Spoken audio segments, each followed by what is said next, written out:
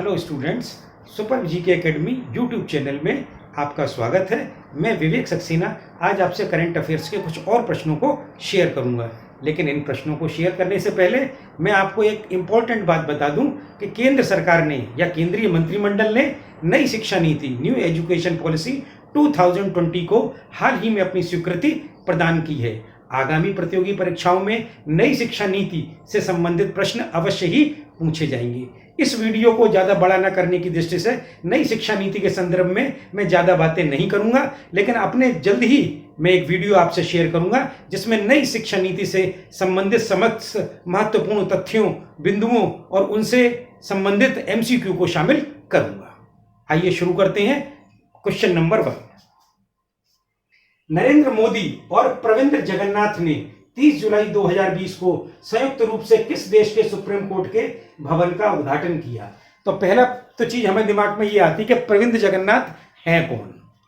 तो आपको ये बता दें, प्रविंद जगन्नाथ मॉरिशस के प्रधानमंत्री हैं। अगर आपको ये पता होगा कि ये मॉरिशस के प्रधानमंत्री हैं तो आप अपने आप ही जो है इसका सही उत्तर दे सकेंगे। जैसे अब इसका ऑप्शन दिया हुआ है A Mauritius, B Sweden, C Thailand और D सिंगापुर। तो यहां पर जो सही उत्तर होगा वो होगा A मॉरिशस। अब आते हैं, हमने आपको पहले भी बताया है कि हमें प्रश्न में से भी प्रश्न बनाने आने चाहिए। अगर हम प्रश्न में से भी प्रश्न बना लेते हैं और उसके ज्यादातर उत्तर सही दे लेते हैं तो हमारा प्रतियोगी परीक्षाओं में सफलता का प्रतिशत बहुत अधिक बढ़ जाएगा। तो अब देखिए इससे रिलेटेड फैक्ट कौन कौन से हो सकते हैं। पहली बात तो हमें यह मालूम होना चाहिए कि मॉरिशस की राजधानी क्या है। तो मैं आपको बता दूं, मॉरिशस की राजधानी जो है वो पोर्ट लुइस है। दूसरा प्रश्न यहां पे और उठता है, मॉरिशस की लैंग्वेज क्या है? तो मॉरिशस की ऑफिशियल लैंग्वेज जो है वो अंग्रेजी है। और आपको एक बात और बता दूं, मॉरिशस में हिंदू धर्म के लोगों की संख्या बहुत अधिक है या सर्वाधिक है। और यहाँ पे इससे क्वेश्चन से रिलेटेड और कौन कौन से इंपॉर्टेंट फैक्ट हैं तो आपको ये बता दूं, ये जो सुप्रीम कोर्ट की जिस इमारत का दोनों देशों के प्रधानमंत्रियों ने वीडियो कॉन्फ्रेंसिंग के द्वारा संयुक्त रूप से उद्घाटन किया है, ये जो है वो 4700 स्क्वायर मीटर में अर्थात 4700 वर्ग मीटर में ये इमारत का निर्माण हुआ है। यहां आपको एक बात और बता दूं कि वर्ष 2016 में भारत सरकार ने 35.3 करोड़ डॉलर का आर्थिक पैकेज मॉरिशस सरकार को दिया था। अब आते हैं क्वेश्चन नंबर 2 पर। केंद्र सरकार ने मानव संसाधन विकास मंत्रालय का नाम परिवर्तित कर क्या कर दिया है? ऑप्शन A कार्यक्रम क्रियान्वयन मंत्रालय, ऑप्शन B शिक्षा मंत्रालय, ऑप्शन C रोजगार मंत्रालय और ऑप्शन D कौशल विकास मंत्रालय। तो यहां पर जो सही उत्तर होगा या सही विकल्प जो है वो है B शिक्षा मंत्रालय। हाल ही में जब केंद्र सरकार नई शिक्षा नीति लेकर आई है तो उसने मानव संसाधन विकास मंत्रालय, जिसे अंग्रेजी में क्या कहते हैं, ह्यूमन रिसोर्स डेवलपमेंट मिनिस्ट्री, ये जो HRD मिनिस्ट्री है इसका नाम चेंज करके शिक्षा मंत्रालय कर दिया है। अब यहां पर और क्या क्या क्वेश्चन फ्रेम हो सकते हैं? एक तो ये क्वेश्चन फ्रेम हो सकता है कि केंद्रीय मानव संसाधन विकास मंत्री वर्तमान में कौन है? तो केंद्रीय मानव संसाधन विकास मंत्री, जिन्हें अब हम क्या कहेंगे, केंद्रीय शिक्षा मंत्री, क्योंकि मानव संसाधन विकास मंत्रालय का नाम क्या हो गया है, शिक्षा मंत्रालय हो गया है। तो इससे संबंधित विभाग के मंत्री भी बदले हुए विभाग के मंत्री कहलाएंगे, तो वो केंद्रीय शिक्षा मंत्री कहलाएंगे। तो वर्तमान में केंद्रीय शिक्षा मंत्री जो हैं वो रमेश पोखरियाल निशंक जी हैं। अब एक क्वेश्चन यहाँ पे और क्या फ्रेम हो सकता है? एक फ्रेम क्या हो सकता है कि ये जो रमेश पोखरियाल निशंक जी हैं ये लोकसभा के सदस्य हैं या राज्यसभा के सदस्य हैं? ये प्रश्न हमारे लिए जानना बहुत जरूरी होता है, क्योंकि विगत वर्षों में कई परीक्षाओं में केंद्रीय मंत्रियों का संसदीय क्षेत्र पूछा जाता रहा है। तो रमेश पोखरियाल निशंक जी जो हैं वो लोकसभा के सदस्य हैं और लोकसभा में कहाँ का प्रतिनिधित्व करते हैं? तो लोकसभा में ये उत्तराखंड से हरिद्वार लोकसभा क्षेत्र का प्रतिनिधित्व करते हैं। तो इससे रिलेटेड ज्यादातर पॉइंट हमारे हो गए। अब आते हैं हम क्वेश्चन नंबर 3 पर। हाल ही में जारी बाघ गणना रिपोर्ट 2018 के अनुसार किस राज्य में सर्वाधिक बाघ हैं? Option A Karnataka, option B Uttarakhand, option C Madhya Pradesh और ऑप्शन D गुजरात। तो मैं आपको बता दूं कि यहां पर जो सही उत्तर होगा वो होगा मध्य प्रदेश। एक बात तो आपको ये बता दूं कि 28 28 जुलाई 2020 को विश्व बाघ दिवस की पूर्व संध्या पर केंद्रीय पर्यावरण मंत्री प्रकाश जावड़ेकर ने बाघ गणना रिपोर्ट 2018 जारी की। इससे पहले 29 जुलाई 2019 को प्रधानमंत्री नरेंद्र मोदी ने बाघ अनुमान गणना रिपोर्ट 2018 जारी की थी। अब इस बाघ गणना रिपोर्ट में क्या क्या मेन पॉइंट हैं, एक क्या क्या इससे क्वेश्चन फ्रेम हो सकते हैं। एक तो पहली बात तो यह है कि बाघ गणना रिपोर्ट में हमने प्रथम स्थान तो बता दिया कि प्रथम स्थान जो है वो मध्य प्रदेश का है।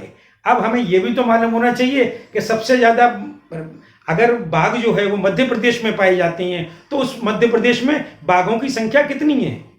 तो मध्य प्रदेश में बाघों की जो संख्या है वो मैं यहाँ ऊपर मेंशन कर देता हूं और आपको अपनी स्क्रीन पर भी दिखाई पड़ेंगे। 526 यहां पे जो है वो 526 टाइगर हैं जो कि देश में किसी भी राज्य में सर्वाधिक हैं। अब बात आती है दूसरे स्थान पर कौन है, तो दूसरे स्थान पे कर्नाटक है, यहां पर 524 टाइगर हैं, मतलब केवल 2 कम हैं मध्य प्रदेश से। और तीसरा स्थान जो है ये सेकंड पोजीशन वाला हो गया, ये फर्स्ट पोजीशन वाला हो गया, और थर्ड पोजीशन में उत्तराखंड है, तीसरे स्थान पर उत्तराखंड है, और यहां पे जो बाघ हैं वो 442 है। और यहां पर क्या क्या इंपॉर्टेंट प्रश्न फ्रेम हो सकते हैं, तो एक तो हमें यह क्वेश्चन मालूम होना चाहिए कि विश्व बाघ दिवस प्रतिवर्ष किस तिथि को मनाया जाता है। तो विश्व बाघ दिवस जो है वो प्रतिवर्ष 29 जुलाई को मनाया जाता है। और यहाँ पे कौन कौन से इंपॉर्टेंट क्वेश्चन फ्रेम हो सकते हैं, एक क्वेश्चन यहाँ पे इंपॉर्टेंट ये भी फ्रेम हो सकता है, राज्यों की तो हमने बात कर ली, लेकिन हमें यह भी मालूम होना चाहिए कि पूरे देश में बाघों की संख्या कितनी है। संपूर्ण देश में बाघों की संख्या बाघ गणना रिपोर्ट 2018 के अनुसार कितनी है। तो मैं आपको बता दूं, संपूर्ण देश में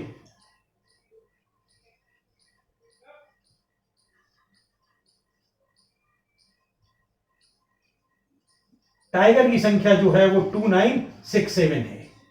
यह संख्या आपको अपनी स्क्रीन पर भी दिखाई पड़ेगी।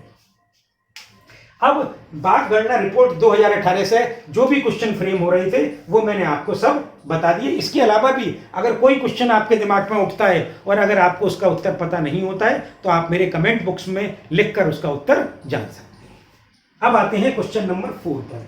नई शिक्षा नीति 2020 में शिक्षा पर कुल जीडीपी का कितने प्रतिशत व्यय करने का लक्ष्य निर्धारित किया गया है, या कितना प्रतिशत व्यय करने का लक्ष्य है। ऑप्शन ए है 4.43%, ऑप्शन बी है 5.36%, ऑप्शन सी है 6% और ऑप्शन डी है 6.25%। तो नई शिक्षा नीति 2020 जिसे केंद्रीय मंत्रिमंडल ने हाल ही में स्वीकृति प्रदान की है, इसमें जो है वो जीडीपी को हम कहते हैं सकल घरेलू उत्पाद, सकल घरेलू उत्पाद का कुल कितने प्रतिशत व्यय करने का लक्ष्य है। तो सरकार ने नई शिक्षा नीति में 6% जीडीपी का व्यय करने का लक्ष्य निर्धारित किया है। तो इसका ऑप्शन जो है वो सी सही है। वर्तमान में कुल जीडीपी का कितने प्रतिशत व्यय हो रहा है, तो वर्तमान में शिक्षा पर कुल जीडीपी का 4.43% व्यय हो रहा है। तो इससे हमारे 2 प्रश्न फ्रेम हो गए। एक तो नई शिक्षा नीति 2020 में जीडीपी का शिक्षा पर कितने प्रतिशत व्यय करने का लक्ष्य, तो हमारा उत्तर होगा 6%, और जो पहले चल रहा है हमारा लक्ष्य वो है 4.43%। अब आते हैं क्वेश्चन नंबर 5 पर। निम्न में से कौन ट्यूनीशिया का नया प्रधानमंत्री बना है। Option A Elyes Fakhfakh, option B Hichem Mechichi, option C Angel Gurria और ऑप्शन डी अल मैक्रो लेम्स। तो यहां पर जो सही उत्तर है वो है हिचेम मेचची। हिचेम मेचची जो है वो ट्यूनीशिया के नए प्रधानमंत्री बने हैं। यहाँ पे और कौन कौन से हमें इंपॉर्टेंट फैक्ट मालूम होने चाहिए कि ट्यूनीशिया की कैपिटल क्या है, तो ट्यूनीशिया की कैपिटल जो है वो ट्यूनीशिया। दूसरा क्वेश्चन क्या हमें मालूम होना चाहिए कि ट्यूनीशियाई जो है, ट्यूनीशिया की जो है वो हमने कैपिटल बता दी। अब हमें ट्यूनीशिया की भाषा मालूम होनी चाहिए, लैंग्वेज मालूम होनी चाहिए। तो ट्यूनीशिया की जो भाषा है वो अरबी है। अब हमें यह है कि ट्यूनीशिया की करेंसी क्या है, तो ट्यूनीशिया की करेंसी ट्यूनीशियाई डॉलर है। अब आते हैं क्वेश्चन नंबर 6 पर। 1 अगस्त 2020 को अमर सिंह का सिंगापुर में निधन हो गया का संबंध किस क्षेत्र से था। ऑप्शन ए खेल, ऑप्शन बी साहित्य, ऑप्शन सी पत्रकारिता और ऑप्शन डी राजनीति। यहां पर जो सही उत्तर होगा वो होगा डी राजनीति। अमर सिंह राज्यसभा सांसद भी थे और समाजवादी पार्टी के प्रमुख नेताओं में से एक थे। तो समाजवादी पार्टी के प्रमुख नेता और राज्यसभा सांसद अमर सिंह का 1 अगस्त 2020 को सिंगापुर में निधन हो गया। वह काफी समय से सिंगापुर में अपना इलाज करा रहे थे। उनकी आयु जो थी वो 64 वर्ष की थी। अब आते हैं अगले क्वेश्चन 7 पर। हाल ही में कुमकुम का निधन हो गया है का संबंध किस क्षेत्र से था? ऑप्शन ए समाज सेवा, ऑप्शन बी साहित्य, ऑप्शन सी सौंदर्य प्रसाधन और ऑप्शन डी अभिनय। तो यहां पर जो सही उत्तर होगा वो होगा अभिनय। प्रसिद्ध अभिनेत्री, अपने जमाने की प्रसिद्ध अभिनेत्री कुमकुम का हाल ही में निधन हो गया था। वह 86 वर्ष की थी। उन्होंने 100 से अधिक हिंदी फिल्मों में काम किया था और वह बिहार के शेखपुरा जिले से की मूल रूप से थी। अब आते हैं क्वेश्चन नंबर 8 पर। कोरोना संक्रमण की एक दिन में सर्वाधिक जांच करने वाला देश का पहला राज्य कौन सा है?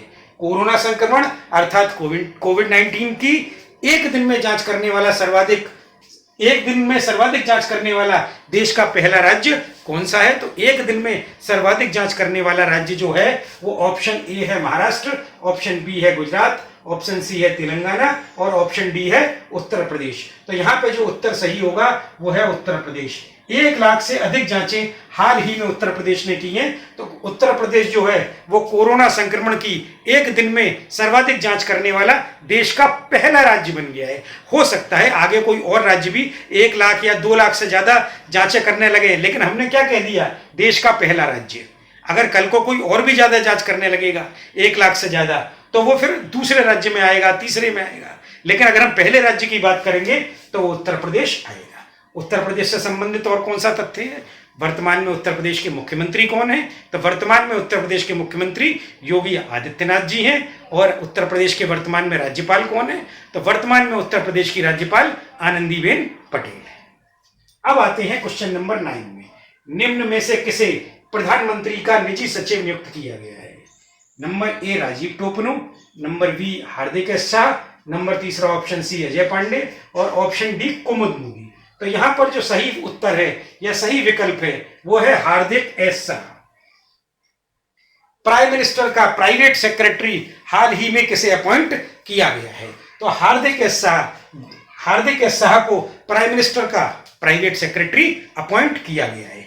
अब ये जो हार्दिक एस शाह हैं, इन्होंने किसका स्थान लिया है? इन्होंने राजीव टोपनो का स्थान लिया है। हार्दिक शाह जो हैं वर्ष 2010 बैच के गुजरात कैडर के आईएएस अधिकारी हैं। और आपको ये बता दें कि राजीव टोपनो की नियुक्ति जो है वो वर्ल्ड बैंक में एग्जीक्यूटिव डायरेक्टर के रूप में हो गई है। वो 15 अगस्त को अपना कार्यभार संभालेंगे।